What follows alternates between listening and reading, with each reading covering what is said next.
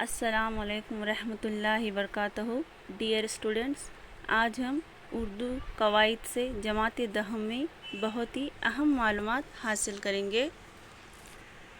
سب سے پہلے ہم نثر اور نظم میں فرق جانیں گے، اس کے بعد بحر کے تعلق سے پڑھیں گے، ارکان اور جملوں کے تعلق سے، جملوں کی قسموں کے تعلق سے پڑھیں گے۔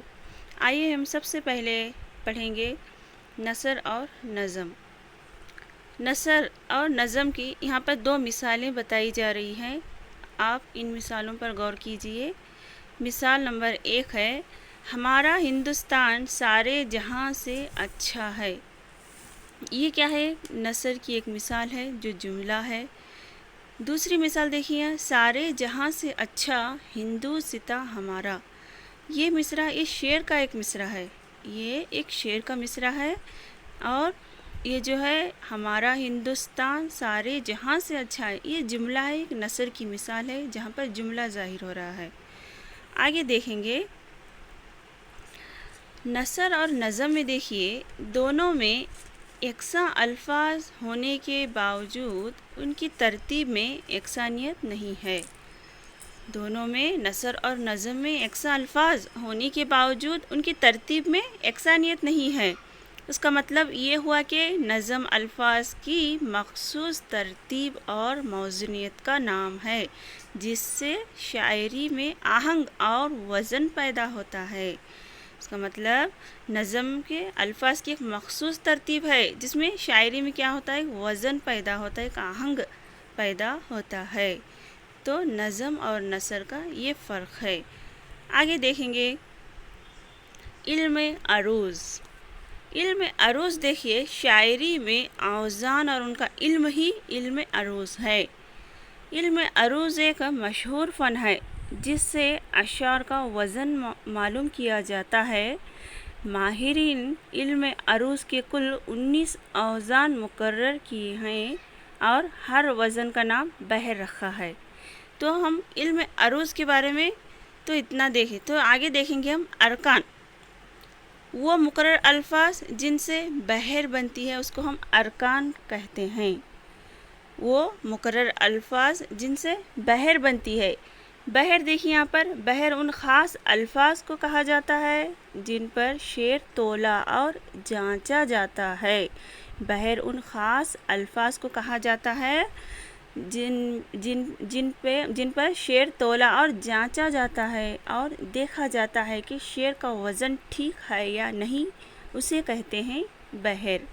بحر جن اجزاء سے بنتی ہے ان ارکان اور جز کو رکن کہا جاتا ہے۔ ارکان کی تکرار سے جب کوئی وزن پیدا ہوتا ہے تو اسے بحر کہتے ہیں۔ اب دیکھیے جملہ۔ جملہ کسے کہتے ہیں؟ جملہ الفاظ کا ایسا مجموعہ جس سے پوری طرح بات سمجھ میں آ جائے جملہ کہلاتا ہے۔ الفاظ کا ایسا مجموعہ جس سے پوری طرح بات سمجھ میں آ جائے جملہ کہلاتا ہے۔ صورت کے لحاظ سے جملے کی 2 قسمیں ہیں۔ صورت کے لحاظ سے جملے کی کتنی قسمیں ہیں؟ 2 قسمیں ہیں۔ نمبر 1 مفرد جملہ، نمبر 2 مرکب جملہ۔ اب دیکھیے مفرد جملہ۔ مفرد جملہ جو ایک ہی مسند اور مسند الیہ سے بنا ہو اس کو ہم مفرد جملہ کہتے ہیں۔ سب سے پہلے یہ جانیں گے مسند کسے کہتے ہیں۔ مسند یا خبر جملے کا وہ حصہ جس میں کسی شخص یا چیز کے بارے میں کہا جائے اس کو ہم مسند یا خبر کہا جاتا ہے۔ اب دیکھیں گے یہاں پر مفرد جملہ جو ایک ہی مسند اور مسند الیہ سے بنا ہو اس کو کیا کہتے ہیں؟ مفرد جملہ کہتے ہیں۔ مفرد جملے کی ایک مثال دیکھیے، رات گزاری منادی ہوئی۔ رات گزاری منادی ہوئی، یہ کیا ہے؟ یہ مفرد جملے کی ایک مثال ہے۔ اب دیکھیں گے ہم مسند الیہ کسے کہتے ہیں۔ مسند الیہ مبتدا، جملے کا وہ حصہ جس میں کسی شخص یا چیز کا ذکر ہو اسے مسند الیہ یا مبتدا بھی کہا جاتا ہے۔ اب ہم مرکب جملے کی طرف بڑھتے ہیں۔ دیکھیے مرکب جملہ کسے کہتے ہیں؟ مرکب جملہ وہ جملہ جو دو مفرد جملوں سے بنا ہو، اس کو ہم مرکب جملہ کہتے ہیں۔